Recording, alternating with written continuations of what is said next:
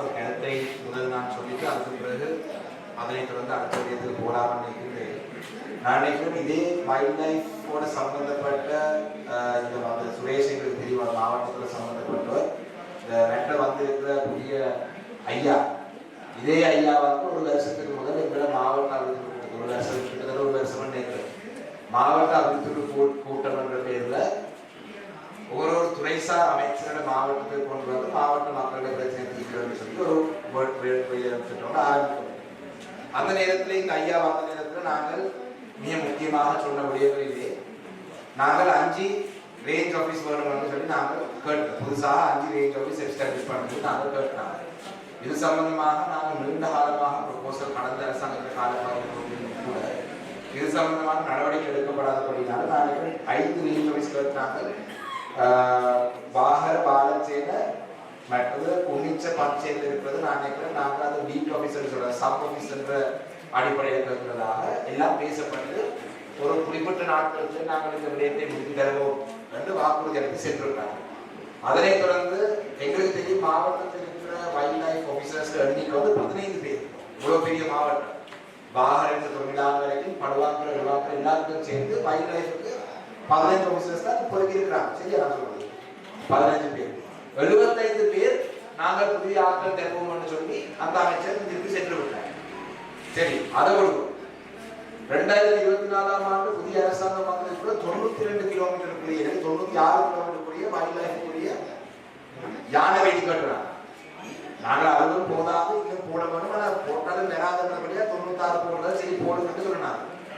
அதுல இருந்து 6 கிலோமீட்டர் மாத்திரம் தான் இந்த அரசாங்கம் வந்துக்குள்ள போடுறோம். அது மஜ்மா நகர் அந்த தொண்டுக்குள்ள போட்டு நான் நினைக்கிறேன். இந்த மிக முக்கியமாக இன்னைக்கு நாங்கள் இன்னைக்கு நல்ல வரவேற்க வேண்டிய விடயம் பௌர்ணமியில இந்த கூட்டத்தை அமைச்சர் போட்டது. ஆனா இந்த விடயங்கள் சம்பந்தமாக நாங்கள் தொடர்ந்து பேசி என்ன அர்த்தம் என்றது சொல்ல வேண்டும். இன்னைக்கு அமைச்சர் வந்திருக்கிறார், மாவட்ட அலுவலக கூட்டம், மாவட்ட அலுவலக தலைவர், அவருக்கும் இந்த துறைக்கும் சம்பந்தம் இல்லாத அமைச்சர் தான் இவர் வந்திருக்கிறார்.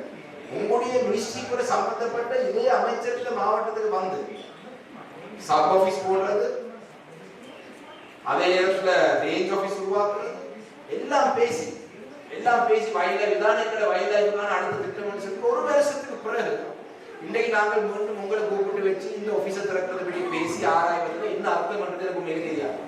இன்றைக்கு யானைகள் வளமையாக வருவது வளமைதான். ஆனால் யானைகள் வருவதற்கு ஒரு அதை மிட்டிகேட் பண்றது எந்த ஒரு அமைச்சர் வந்ததுக்கு பிறகு ஒரு நடவடிக்கையும் எடுக்காம இல்லை யானை இன்னும் மட்டக்களப்பு மாவட்டத்திலே மக்கள் பெரிய அளவில் கொந்தளிக்காம வீதிக்கு வந்து பிரச்சனைப்படாம அடிப்படைப்படாம இந்த பிரச்சனை இல்லாம இருக்கின்ற யானை வந்து இன்னும் இந்த கடந்த 2-3 நாட்களுக்கும் உயிர் சேதம் வேற இல்லை. ஆனா வாழச்சேர்ந்து உயிர் சேதம் வந்தது ஒரு அந்த தாய் வந்து மட்டக்களப்பை சேர்ந்த தாய் இல்லை. அவர் ஆகம கொழும்பு பிரதேசத்திலிருந்து விடுமுறைக்கு இங்க வந்தபடியா இந்த பெரிய ஒரு கொந்தளிப்பாதார வேற இல்லை. இது முதல் பவுனதீவுல யானை வீட்டுக்குள்ள வந்து அடிச்சு செத்தது. வைல்ட் லைஃப் ஒரு ஆபீசரும் செத்து 2-3 வருஷத்துக்குள்ள நாங்கள் அதை ஏற்றுக்கொள்றோம். ஆனால் ஒரு யானையால ஒரு உயிர் இழந்ததுக்கு பிறகு ஒரு ஒட்டுமொத்தமாக ஒரு கிராமமே அழிந்த பிறகுதான் நாங்கள் நடவடிக்கை எடுக்க போறோம். மிக முக்கியமாக இந்த கதைகள் எல்லாம் எங்களுக்கு தேவையில்லை. இந்த ஹேங்கிங் யானை பென்ஸாக நீங்கள் போடலாம்னா சொல்லுங்க. அப்படி இல்லைன்னா தயவு செய்து எங்களுக்கு நேரத்தை நான் சொல்ல